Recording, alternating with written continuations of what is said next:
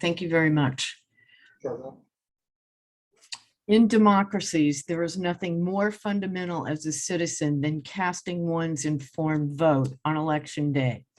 Process with respect to elections necessitates open transparency and broad discussions with the public.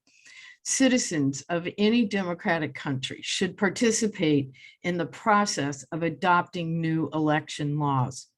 As someone who has participated in assisting Bosnia and Herzegovina in carrying out elections in the past, and as someone who has observed elections throughout the world, there are fundamental practices that inform changes to electoral laws by such bodies like the International Foundation for Election Systems, including transparent consultations broadly with political parties, citizen groups, and non-governmental organizations.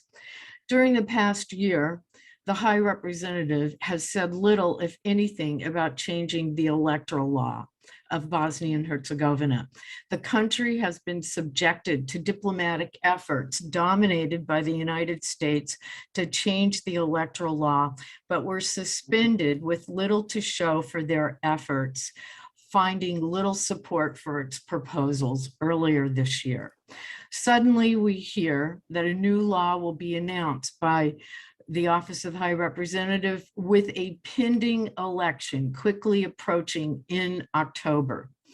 This has not only been an opaque process with little, if any, consultation with the public, but the Office of the High Representative has rushed to adopt a controversial change to the election laws in its proposal to change the representation in the House of Peoples. Moreover, in this situation, the Office of the High Representative has also declined the review of the Venice Commission of this proposed electoral law. This key European body that advises countries on the holding of elections has affirmed in previous statements and documents that, and I quote, "stability of the law is crucial to credibility of the electoral process," unquote, and recommends no legal changes in the year prior to an election. This advisory was adopted in 2002. So it comes as no surprise that the Office of the High Rep, in its haste to adopt a new law, purposefully declined a review by the Venice Commission, knowing full well that the Commission would not support the adoption of this new law for the scheduled October elections.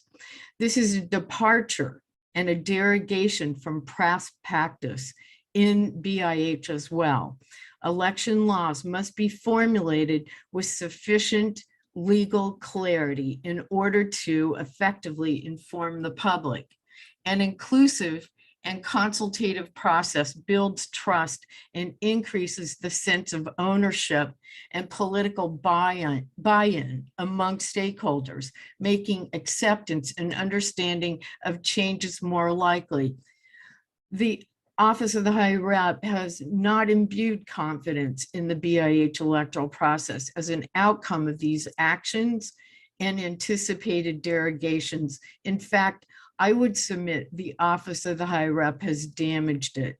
Mr. Schmidt and his team should reverse course, suspend the adoption of this anticipated new law that we have yet to see, and if desired, renew efforts following the October election with political parties and members of the interested public. Pursuing the adoption of this controversial change that amends the Constitution is also a matter for legal review by appropriate bodies within the EU and Europe, including the Council of Europe. Further pursuit of these efforts will damage the reputation of the Office of the High Representative and undermines the integrity of the BIH electoral process. Thank you.